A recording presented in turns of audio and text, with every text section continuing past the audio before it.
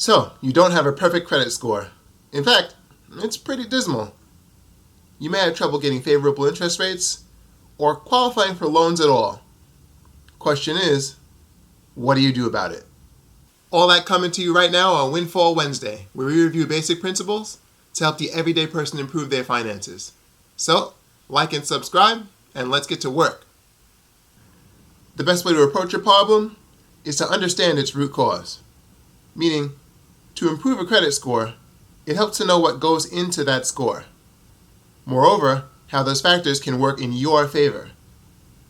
Since payment history affects your score the most, you want to shore this up first. From now on, pay everything on time with at least the minimum amount due. Set alerts on your phone, keep a calendar on your fridge, whatever you have to do. And if you've ever missed a payment, make it the last time.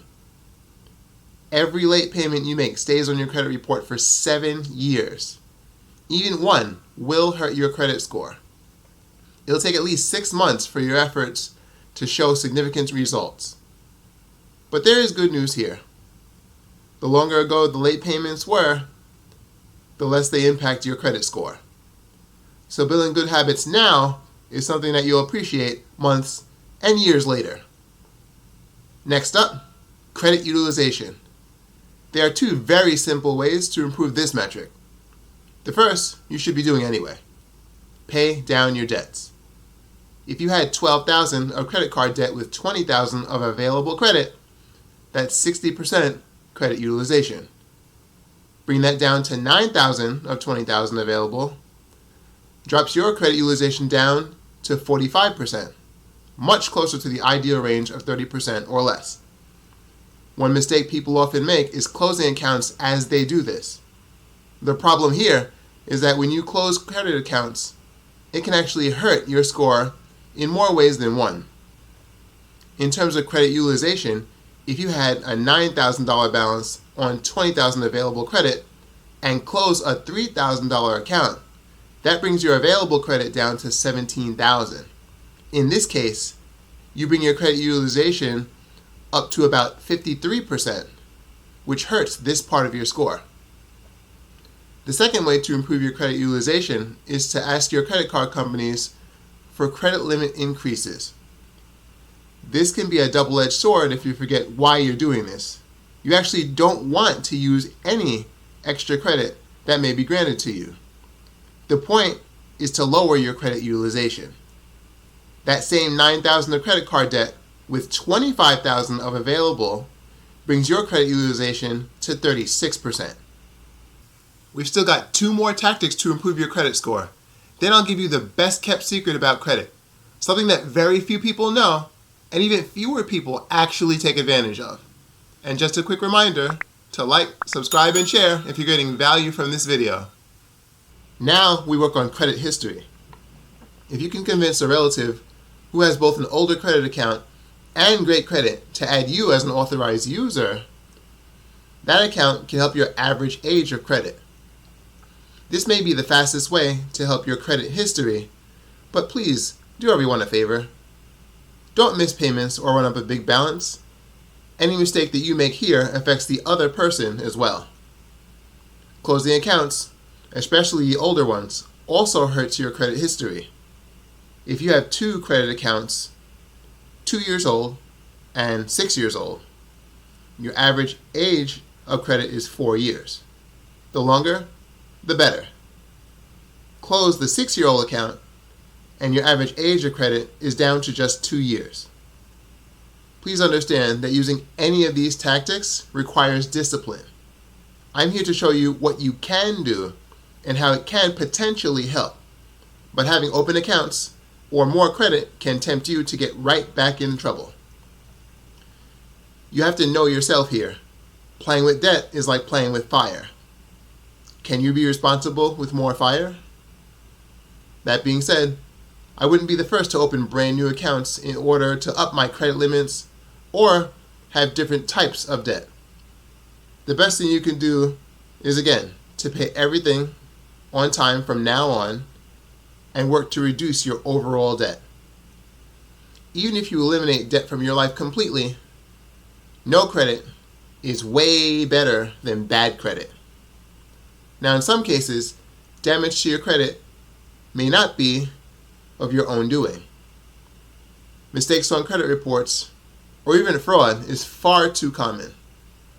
The Fair Credit Reporting Act gives you authority to dispute any false or fraudulent information on your credit report. For this reason, the Consumer Financial Protection Bureau recommends that you check your credit reports at least once a year. You can request a free copy of your credit report from each of the 3 major credit bureaus, TransUnion, Equifax, and Experian, once a year by phone, mail, or online. You can find out more at annualcreditreport.com. I'll leave a link for you in the description. Disputing information and getting it corrected can be a hassle that takes time and tenacity to achieve. You can do this yourself, but you may choose to hire a credit repair service if you can't spare the time or the energy.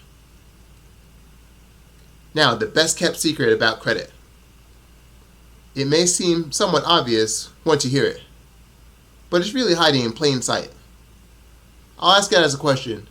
Do you really need credit in the first place? And if so, why so?